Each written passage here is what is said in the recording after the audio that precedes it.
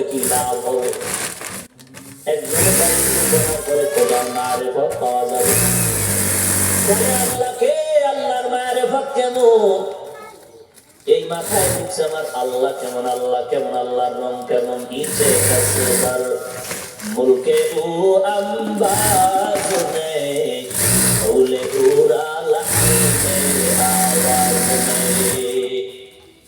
আল্লাহরে তালাশ করে, আল্লাহকে একজনে বলে আল্লাহরে তালাশ এমনি করলে পারা না। তোমার যদি খানার দরকার হয়, খানাওয়ালা বদলে চলে যাও। মাছের দরকার হয়, তোমার বাজারে যাও। তুমি যদি আল্লাহকে পেতে চাও, আল্লাহওয়ালা বন্ধুর গায়ে কাছে যাও। হাজী ইমদাদুল্লাহ মুহাজিরে মক্কি রাহমাতুল্লাহি আলাইহি এবার আল্লাহর কাছে দোয়া করেন, হে মালিক,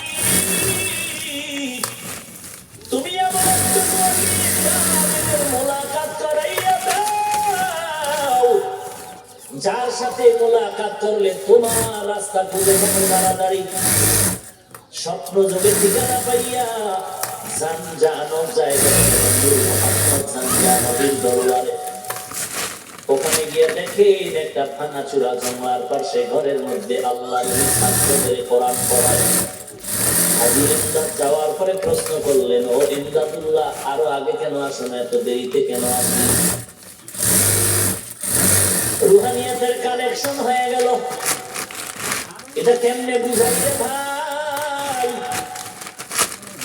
এই কথা না বুঝলে মারে ভাত বুঝবে না, আর না বুঝলেই তো